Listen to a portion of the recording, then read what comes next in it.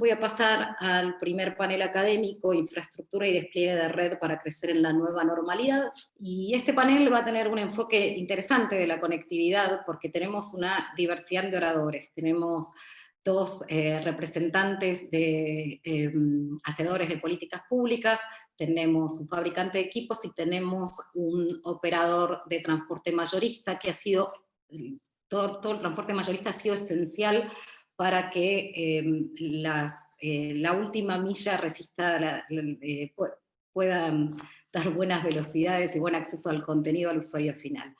Va a comoderar este panel Danila Curoto, jefa de redacción de Convergencia Latina, a quien quiero agradecer muy especialmente todo el trabajo en la agenda académica. Ahora entonces me gustaría preguntarle a Martín. Martín, ustedes ya llevan un año de gobierno, les tocó un primer año complicado en términos de este contexto inesperado que es la pandemia, pero particularmente la pandemia hizo explotar la demanda de conectividad y eso me gustaría saber si ha modificado los planes que tenían originalmente para todo lo que son políticas para fortalecer la infraestructura y cuáles son los ejes sobre los que van a trabajar en 2021. Efectivamente, sí, ha sido un año difícil para todo el mundo. Sí, por supuesto que la pandemia nos cambió la agenda, o por lo menos nos obligó a avanzar en paralelo, con un ojo puesto en atender la urgencia, en atender este incremento del tráfico que fue notorio en todo el mundo, especialmente en las redes fijas, que se vio reflejado. Y por otro lado, tratando de avanzar en la agenda más de mediano y largo plazo, que nosotros empezamos a imaginar cuando asumimos la gestión, ¿no es cierto? Se tomaron en el marco de la pandemia distintas medidas que ya hemos repasado en otras oportunidades, y en términos de infraestructura y de la agenda más de mediano y largo plazo, por un lado, retomamos con fuerza la inversión pública en infraestructuras. Se anunció el plan de conectividad del gobierno, el plan Conectar, que lo anunció el presidente de la Nación en ARSAT, que es la empresa nacional de telecomunicaciones, con una vuelta al desarrollo satelital. Se anunció la construcción de un nuevo satélite que va a integrar la constelación de ARSAT y que va a dar servicios de banda ancha, en banda Ka, con la misión puesta principalmente en aquellos lugares donde no se puede llegar con conectividad terrestre, ¿no es cierto? La Argentina es un país muy extenso, el octavo en extensión en el mundo, y con una población con muchas asimetrías, con asimetrías geográficas muy notorias, con una distribución de la población muy desigual, y eso nos obliga a un esfuerzo adicional en términos de infraestructura pública, a través de el satélite, como mencioné recién, también el fortalecimiento de la red federal de fibra óptica, donde vamos a hacer una inversión importante para seguir llegando a localidades pequeñas y medianas, quizás donde los incentivos de mercado no son lo suficientemente atractivos para que haya una oferta competitivas de los carriers. También fortaleciendo nuestro Centro Nacional de Datos y la televisión digital. Más yendo a lo regulatorio, lanzamos hace poquito una consulta pública para lo que es el reglamento de instalaciones en inmuebles, que era una norma que tiene 20 años de antigüedad, con el fin de adaptarla a estos tiempos, de que signifique una mejora en la competencia. Está orientada fundamentalmente a eso, digamos, a mejorar la competencia en la entrada en los inmuebles, digamos. También estamos avanzando y vamos a avanzar fuertemente y rápidamente en nuevas reglas de compartición de infraestructura, en un trabajo que estamos haciendo en conjunto con el ente, y creemos también, y estamos trabajando en una nueva norma que facilite el despliegue, con incentivos, con un esquema de ventanilla única, con estableciendo silencios positivos para que los trámites no se demoren una eternidad. Y bueno, esa es un poco la agenda que tenemos pensada para el próximo tiempo. En el caso de Perú, ¿cómo encaran la gestión para el 2021? ¿Qué prioridades hay en cuanto a despliegue de infraestructura? El próximo año es el año del Bicentenario en Perú. Tenemos una agenda nutrida, para variar. Uno de los puntos que ahorita ha salido muy a la palestra, y aprovechando también que ha comentado Martín, es el tema de despliegue de infraestructura, ¿no? Perú, desde el año 2015, tiene, creo que, una de las leyes más avanzadas en la región, donde hay un trámite de aprobación automática, es decir, inmediatamente que la empresa ya presenta su expediente ante el gobierno local o la municipalidad, ya puede empezar a desplegar inmediatamente. Obviamente tiene que haber cumplido, digamos, una adecuada sensibilización social. Sin embargo, ahí ha habido algunos problemas por parte digamos, un poco que es la preocupación en la región, ¿no? Varios ciudadanos tienen un poco de temor todavía por las antenas, y ya el ministerio ha empezado una campaña muy intensa de difusión de las bondades de la conectividad. Esa es la primera, ¿no? Porque además hay ahorita una iniciativa en el Congreso que busca limitar eso, ¿no? Pasarlo a una consulta previa, o sea, ponerlo más trámites, ¿no? Entonces estamos muy al tanto de ello no podemos, porque, digamos, algo bueno que ha permitido esa normativa es que, por ejemplo, en zonas rurales hemos incrementado de cerca de 3.000 localidades en zonas rurales que tenían cobertura 4G en el 2016 a cerca de 15.000 en este año, ¿no? Entonces, creo que el beneficio es notorio: 12.000 localidades con cobertura 4G en zonas rurales, que ha permitido aguantar bien los efectos de la pandemia, ¿no? Además, hay que reconocer que el tráfico se ha incrementado en cerca de el tráfico de datos, un 40%, ¿no? Y no va a parar, ¿no? El tráfico de datos siempre va a seguir creciendo, entonces necesitamos conectividad.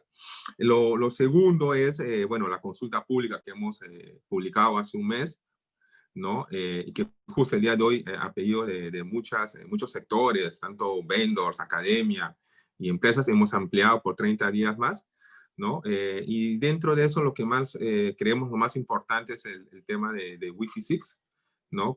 Wi-Fi 6, perdón, para poder mejorar la conectividad indoor, y también ya la propuesta de identificación de las bandas milimétricas, ¿no? Creo que eso es algo que estamos trabajando mucho. También ya en la misma línea que han comentado, y creo que es una preocupación general, es el tema de compartición de infraestructura. Hace unos días ha salido ya también para consulta pública, semana pasada, un documento donde se hace, digamos, el ministerio está regulando la compartición activa de infraestructura, ¿no? Era algo que, digamos, no estaba regulado, estaba un poco desordenado. Entonces ya lo estamos ordenando, y lo más importante es que estamos haciendo que en zonas rurales, si las partes no llegan a un acuerdo, el ministerio, el MTC, va a fijar los mecanismos del mandato, que es las condiciones económicas sobre las cuales se tiene que compartir la infraestructura en zonas rurales, ¿no? Y finalmente, ya se debe dar la buena prueba también para el concurso de frecuencias, que está ahorita en preinversión, ¿no? Son 60 MHz en la banda AWS y 30 en la banda 2.3, que, digamos, estamos priorizando objetivos de cobertura, ¿no? No estamos queriendo recaudación para el tesoro, sino estamos buscando poder conectar 5.000 localidades en la selva, que es una zona de difícil despliegue, utilizando cualquier tipo de tecnología, cualquiera. Entonces, y no tiene que ser una única, ¿no? Puede ser una en los primeros 2 años, luego otra, ¿no? Dependiendo ya de la opción que tenga el ganador, ¿no? Entonces, en eso estamos trabajando en estos meses.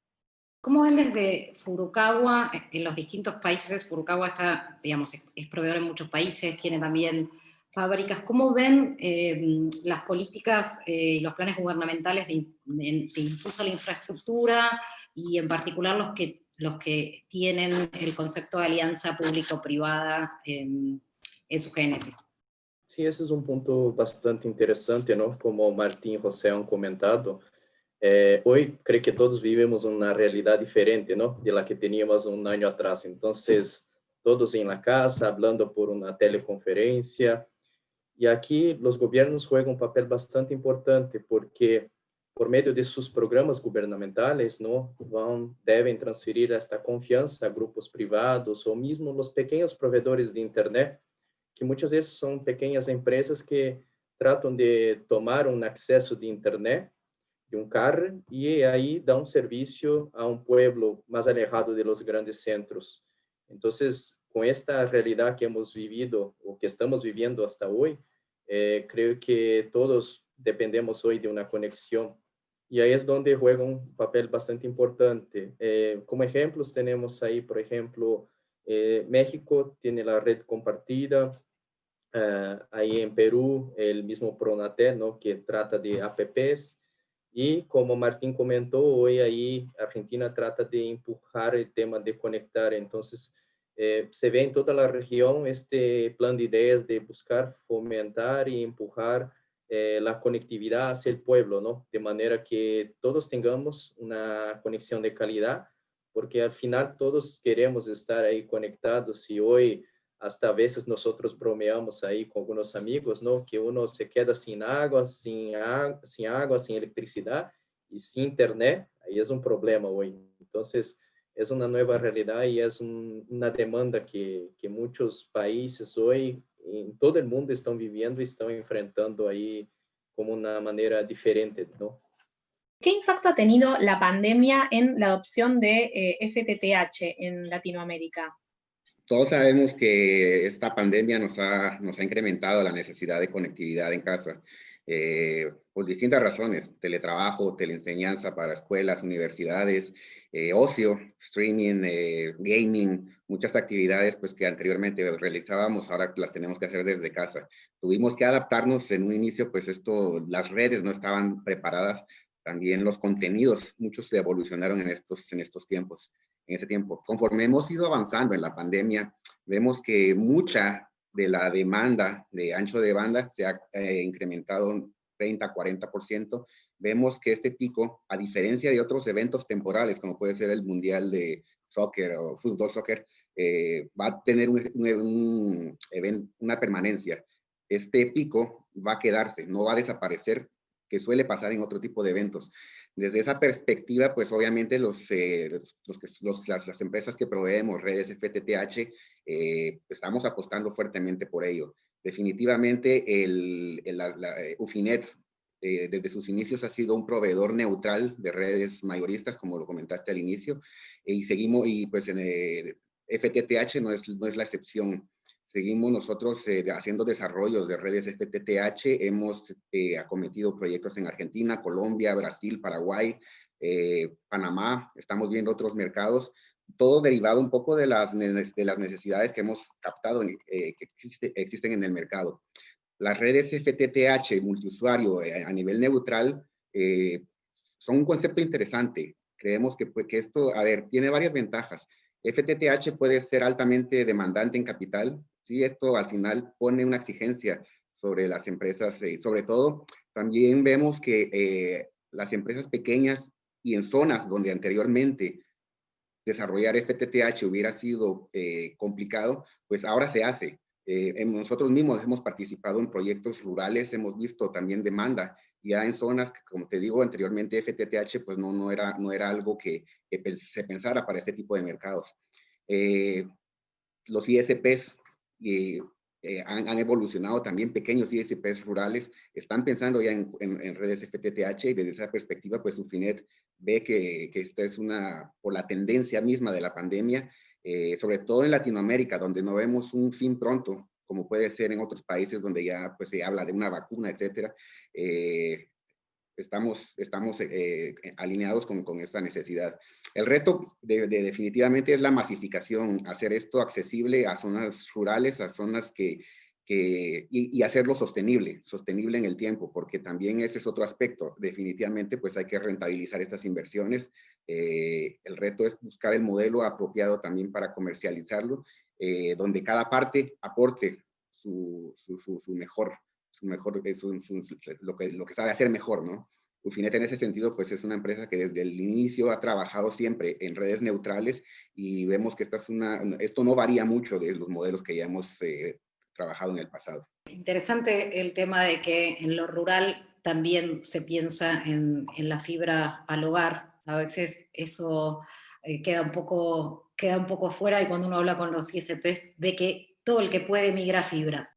Me gustaría saber un poco qué impacto en la demanda y en consecuencia en el tendido o en los planes de tendido de la red de fibra óptica, de la REFEFO, tuvo la pandemia. Pero también me gustaría hacerte una pregunta sobre qué es lo que esperan con esta consulta pública y el reglamento de acceso a los inmuebles. ¿Qué creen que eso puede... ¿Cómo creen que eso va a impactar en el mercado? Y si es en algunas regiones en particular o en todas. Respecto de la Red Federal de Fibra Óptica, tenemos dos líneas de acción. Por un lado, el aumento de la capacidad de la red a través de la actualización tecnológica. La verdad que por un proceso, digamos, de falta de inversión, no se había actualizado la electrónica de la red, y entonces el aumento de tráfico en la pandemia, con picos del 50% y un promedio del 40%, la verdad que estresó la red. Es una red muy importante, de más de 30.000 kilómetros, ¿no? Pero se soportó el aumento del tráfico, pero se llegó al límite. Por eso pusimos en marcha rápidamente un proyecto de upgrade tecnológico que tiene financiamiento del Fondo de Servicio Universal para multiplicar en varias veces la capacidad de la red. Por otro lado, también tenemos el proyecto de la extensión de la red en más de 4.500 kilómetros para llegar a aproximadamente 250 localidades más de menos de 10.000 habitantes. Y eso, bueno, nada, consideramos que va a ser fundamental que en esos lugares podamos tener acompañados y complementados por otras políticas que impulsen los despliegues de última milla, como son los distintos programas del Fondo de Servicio Universal. Eso va a redundar en una mejor conectividad en estas zonas donde de vuelta a veces los incentivos de mercado no alcanzan para empujar estos despliegues. Respecto del reglamento de instalaciones en inmuebles, la idea es mejorar la competencia. A veces en algunos desarrollos inmobiliarios, urbanizaciones nuevas, se ve mucho también en estos desarrollos de countries o barrios cerrados, se hacen acuerdos de exclusividad, donde hay algún operador que es el que hace la instalación, y queda ahí como un acuerdo de exclusividad que entendemos no es bueno para la competencia y para que, digamos, los vecinos que después no tienen la libertad de elegir por calidad de servicio, por precio, por el criterio que consideren conveniente, no tienen esa posibilidad. Bueno, un poco la intención es eso, digamos, es que las instalaciones sean neutrales para que las personas puedan elegir con mayor libertad y fomentar la competencia. En Perú se está reconvirtiendo el proyecto de la Red Dorsal Nacional de Fibra Óptica, que fue, bueno, uno de los principales proyectos de telecomunicaciones de los últimos años, bueno, con la salida de Azteca. ¿Qué cambios van a aplicar al modelo original y qué avances se esperan para 2021? El proyecto de la Red Dorsal Nacional de Fibra Óptica nace con la ley de banda ancha. Dentro de las principales características de la ley de banda ancha decía que este operador tenía que ser neutro, creo que un modelo similar en algunos países, y no podría tener servicio final, es decir, no podría llegar al usuario. O sea, necesariamente iba a haber un costo adicional ya para poder conectar la última milla. él se va a hacer como un mayorista, digamos, pero solamente de transporte de datos. No voy a poder dar internet. Entonces ya desde ahí ya se ve que por lo menos debería haber dos costos, ¿no? El costo de la última milla y el costo de cables submarinos, la conectividad hacia el internet, ¿no? Además, tenemos que recordar que era un modelo de asociación pública-privada, con lo cual en el marco legal peruano es, digamos, hacer cualquier modificación al contrato amerita mucho análisis, ¿no?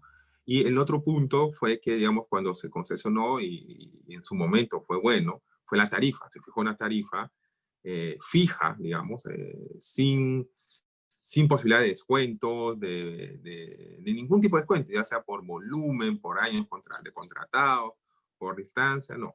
Era 23 megas, que en su momento era buena. Hay que decir la verdad, en su momento fue buena. Pero la tecnología avanza a pasos gigantescos, ¿no? Entonces, ¿qué pasó? Que en ese momento, cuando se diseñó, teníamos solamente redes de fibra óptica en la costa, pero ya cuando, digamos, culminó el proyecto, ya había, digamos, muchas redes privadas, ya habían hecho trazados paralelos a la red dorsal. Entonces, digamos, una consecuencia buena de la red fue, digamos, esta que permitió el crecimiento de fibra óptica de otros operadores, pero bueno, afectó un poco el desarrollo de la red dorsal. ¿Qué se necesita? Justamente hicimos la consultoría con el Banco Mundial el año pasado, y bueno, dentro de las recomendaciones, la primera que hemos adoptado fue modificar una normativa respecto al tema de banda ancha. Digamos, hay muchas cosas que están ya en aplicación. Uno de ellos es, recordemos que el proyecto de la red dorsal tiene dos grandes partes. Una, que es la parte principal de la red, que llega a las capitales de provincias, 180 puntos al interior del país. Y luego están los proyectos regionales de Pronatel. Los proyectos regionales de Pronatel se encargan de llegar al interior ya de cada región, ¿no? Hay 18 ya digamos que están, perdón, hay 15 que están en ejecución, ya 3 están en marcha blanca, perdón, en operación. Entonces, ¿qué permite? Permite que hay una parte de esas redes regionales que, digamos, una subred de transporte, por decirlo de alguna forma, así fue diseñado hace varios años, que regresa al Estado para que se integre de alguna forma, se licite con la red dorsal. Entonces, una de las recomendaciones que fue de ese estudio del Banco Mundial fue, uno, volver, digamos, previo finalizar caducación del contrato de Azteca, volver a licitar y ver, ¿no? Si se podría la red dorsal original integrar con alguna de esas partes de esas subredes de transporte, ya sea junto o por partes, pero que se permita también que no esté, ese es por un lado, y también que se pueda analizar modificación en la ley de banda ancha para que, previo análisis, ver si esta empresa que gane puede brindar el servicio al usuario final, ¿no? Para que de alguna forma sí se garantice que sea una empresa que brinde servicios de telecomunicaciones la que pueda brindar el servicio, pueda adjudicarse a ello, ¿no? Esa parte aún está en estudio. Lo que sí está encaminado un poco es que, bueno, ya se ha anunciado por varios medios que ya el gobierno peruano ha decidido caducar el contrato. Eso está encaminado de alguna forma. Bueno, saben que ha habido unos movimientos políticos en mi país, entonces ahorita está un poco en stand-by. Justamente, bueno, ahora en algunos momentos lo que se llama la presentación del gabinete al Congreso, donde, digamos, de alguna forma el Congreso lo ratifica. Imagino que ya en los siguientes días vamos a tener algunas novedades sobre el tema, ¿no? Pero lo principal es eso, ¿no? Lo que sí pensamos en ese reglamento es que a futuro el que tenga la red pueda brindar servicios con descuento, como hace el privado, ¿no? Descuentos por lambdas, por tiempo de contratación, por capacidad, ¿no? Porque creemos que eso es lo importante. También la red tiene puntos de nodos internacionales, entonces que se puedan usar para conectar con Brasil, con Chile, con los países vecinos, ¿no? Que eso también va a permitir, digamos, traer un poco ese tráfico y utilizar mejor las redes nacionales, ¿no? Entonces, en ese sentido, ese es el marco legal que se ha trabajado, que se ha mejorado para poder utilizar mejor la red dorsal. En este año que ha transcurrido, la telesalud, la educación online han cobrado una importancia vital, lo sabemos todos, y ¿crecieron estos verticales en la demanda de fibra óptica para despliegues en establecimientos educativos o centros de salud?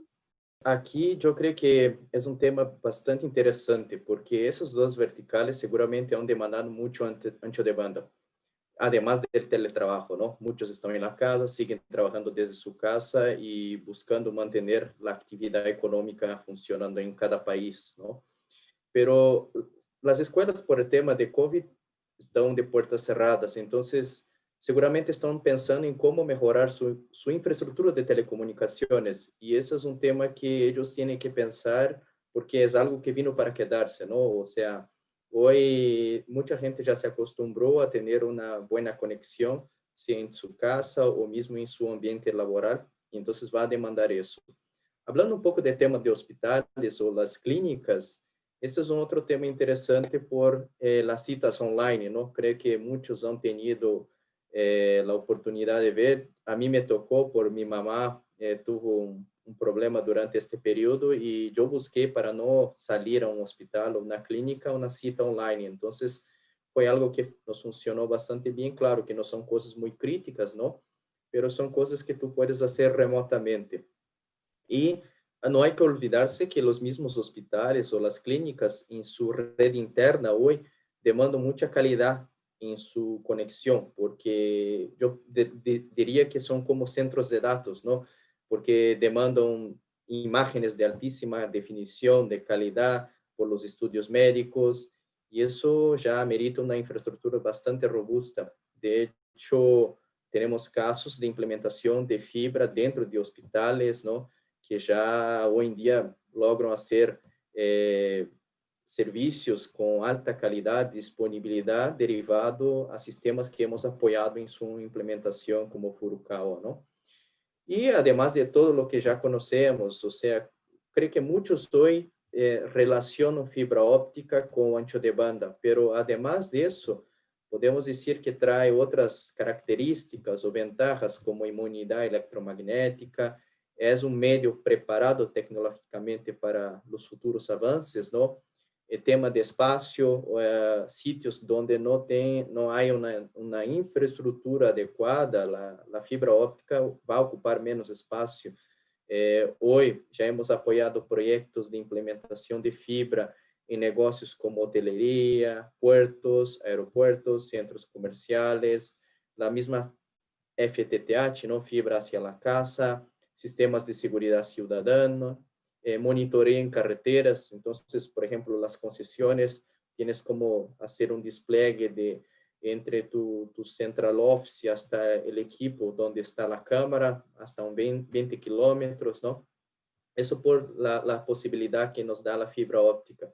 Y hay posibilidad de empezar a adaptar los sistemas que están en planta externa, que conocemos como sistemas GPON de FTTH, a ambientes internos também para aproveitar as melhores características. E nesse hemos trabalhado para apoiar. E outro ponto importante é que sempre, em qualquer projeto, é importante pensar em suas características e seus requisitos. Então, o projeto, o pré-projeto é bastante importante para que sua execução seja exitosa. ¿Cómo vieron estos verticales o la demanda en estos verticales de educación y salud? El tema de la educación lo experimentamos desde el momento cero. Creo que desde que comenzó el confinamiento, todo esto cambió, aunque realmente con un triste nivel de asimetría, pensaría yo. Las instituciones privadas versus las públicas. Las instituciones privadas, pues varias ya estaban ligeramente adaptadas, ya existían plataformas de teleenseñanza, ya existía pues la penetración de computadoras, dispositivos que permitieran la conectividad, pues era mucho mejor. Y sin embargo, en las áreas rurales, en las áreas, pues en la educación pública es la que creo que sufrió y sigue sufriendo en este momento todavía. De hecho, bueno, he visto publicaciones de muchos países donde los niños prácticamente perdieron un año de clases, ¿no? La demanda vino ligada, obviamente, a la educación desde el hogar, tanto para colegios como para universidades. Esto, pues, de alguna manera ya está ligado a las preguntas anteriores. Sí vimos un desarrollo, pero dentro del mismo marco de todas las necesidades que explotaron desde los hogares. Eso es desde una perspectiva tal vez de usuario. También nos ha impactado en algunos aspectos, coincido con los comentarios de Renato. Nosotros de alguna manera también participamos en brindar servicios a escuelas, universidades.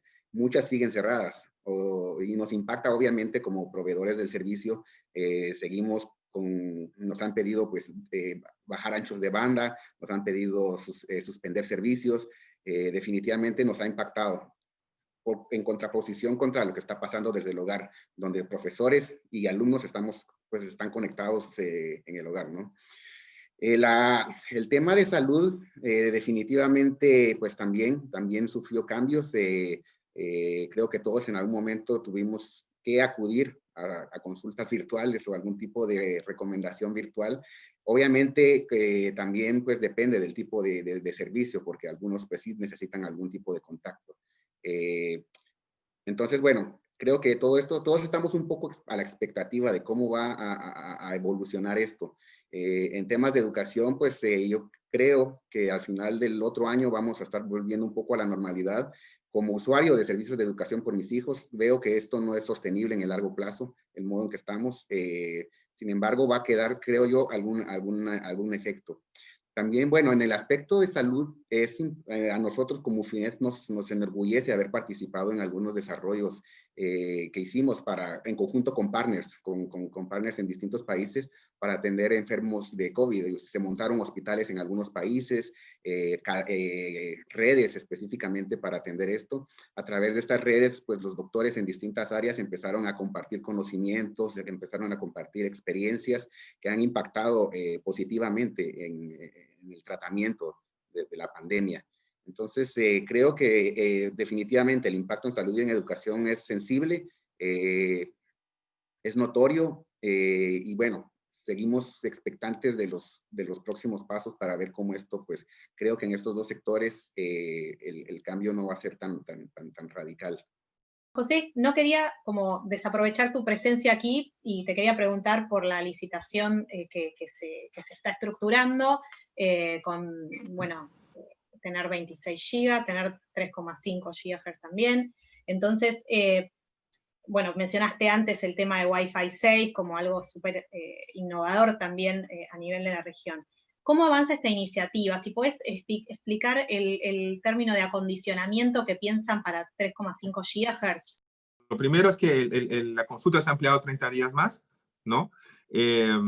Son tres grandes puntos. Primero, poder identificar la banda de 26 GHz para poder mandar a concurso 800 MHz. Luego, identificar 500 MHz para la banda de Wi-Fi 6, ¿no? Ahí ya hemos recibido unos primeros comentarios también donde algunos están de acuerdo, otros piden que sean más, ¿no? Siguiendo un poco el modelo chileno. Y la otra parte es justamente qué hacemos con la banda 3.5. En la banda 3.5, Perú fue uno de los que impulsó identificar 500 MHz en la región. ¿Por qué? Porque Perú ya ahorita tiene asignado 200 MHz. Hay 4 empresas de 3 grupos económicos que tienen 200 MHz ya asignados. Entonces, y justo está en la parte media de la banda, entre 3.4 y 3.6. Entonces, me quedan libres 3.3, 3.4, perdón, 3.3, 3.6 y 3.7. Entonces, lo que se quiere es la bandera a concurso. ¿Qué significa el término de acondicionamiento? Es el término que, digamos, en sencillo, es que las empresas que acepten entrar al concurso, y para eso, previamente, lo quiero enviar en bloque. Es decir, como, no sé cómo lo llaman ustedes, un combo junto en que participas del concurso tanto para la banda milimétrica como para la banda 3.5, en los dos. Y los que quieran participar tienen que, por voluntad propia, digamos, pone a disposición, si ya tienen el espectro, pone a disposición el espectro para que en una segunda etapa del concurso, o sea, primero postulan por conseguir más espectro, y en una segunda etapa, por voluntad propia, ellos se someten a un refarming. para que, digamos, ya puedan acceder a tener los famosos y deseados 100 MHz continuos, ¿no? Eso es el famoso acondicionamiento. En Argentina tenemos también, por ahí nos adelantamos a los temas de mañana, pero en Argentina hay tres situaciones con el espectro. Hay un espectro remanente, hay un operador que tiene que devolver espectro, y hay una demanda de la industria por entender hacia dónde se va o qué idea tiene el gobierno del espectro para 5G. ¿Nos puedes comentar cómo están avanzando y cuándo creen que puede haber novedades? Venimos trabajando fuertemente en conjunto con el regulador en un plan de espectro, un plan plurianual, de la misma manera que presentó, tengo entendido, Perú hace poquito, para dar también previsibilidad de cara a los próximos años sobre el espectro que se va a disponibilizar. También estamos avanzando fuertemente en el tema de Wi-Fi 6E. Vamos a sacar una consulta pública en breve, pero en principio, digamos, notamos bastante consenso para poder avanzar más o menos rápidamente con esa cuestión. Lo que vemos, digamos, es, si bien no vemos como una demanda en términos de urgencia de los operadores respecto de espectro para 5G, sí definitivamente vemos que como región es una tecnología que está tomando impulso en todo el mundo, que tiene muchísima importancia para el desarrollo económico de los países y también con un impacto muy positivo en la calidad de vida de las personas. La región está avanzando rápidamente en, bueno, Chile, Perú, Colombia, México, Brasil, y nosotros, digamos, también no nos queremos quedar atrás, así que estamos avanzando en un plan plurianual que está bastante avanzado. Como vos también mencionaste, tenemos espectro remanente para 4G, y bueno, son todos temas que vamos a encarar en la primera mitad, digamos, del año próximo. ¿Qué efectos esperan en el negocio de Ufinet con los primeros despliegues de 5G en la región, teniendo en cuenta que hay países como Chile, Brasil, México, Colombia, que ya están avanzando en el armado de licitaciones? Uno de los accionistas de Ufinet es Enel, que tiene operaciones de distribución eléctrica en varias ciudades muy interesantes de Latinoamérica. Enel, como distribuidor de energía eléctrica, pues tiene derechos de paso, postes, etcétera. Ufinet ha entrado a brindar servicios de towering desde hace unos 3 años posiblemente, y pues obviamente la entrada de Enel como accionista de Ufinet potencia esa vertical de negocio. Definitivamente esto nos da una ventaja para poder hacer despliegues de towering con soluciones integrales que incluyen telecomunicaciones, aprovechando las redes que nosotros tenemos, el derecho de paso de Enel y el tema eléctrico. Creemos que esto, pues, como vertical de negocio, pues, y ya lo estamos viendo dentro de las soluciones para LTE, pero con 5G, donde la densidad de celdas va a ser mayor, donde también las soluciones de baja altura funcionan de mejor manera, va a ser algo muy interesante. Está siendo ya algo interesante y vemos que esto va a ser algo que en los próximos 2 años va a ser va a cambiar bastante digamos, la forma en que Ufinet ha estado operando. También, bueno, evidentemente, como proveedores de la última milla, vemos y estamos a la expectativa de qué puede pasar esta posible sustitución que pudiera haber entre las 5G, que pues obviamente tiene anchos de banda, maneja anchos de banda mucho más altos.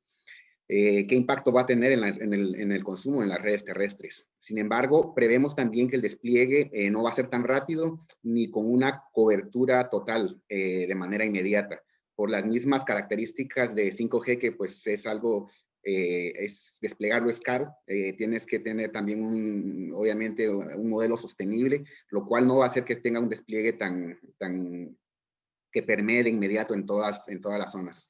Entonces vemos que puede haber una convivencia sectorizada y pues obviamente las redes 5G van a cambiar parte del negocio, pero también nos estamos, digamos, vemos que podemos más que verlo como una amenaza, participar en el desarrollo de redes 5G como mayoristas que siempre hemos sido. Desde hace tecnologías previas a 5G, pues hemos participado de la mano con operadores móviles y no vemos que esta sea la excepción.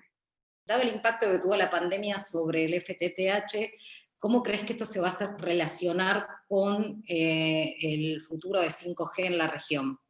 Yo creo que hemos discutido aquí, ¿no? Del tema de los anchos de banda que se han incrementado la demanda, de las conexiones de 20 a 40% más.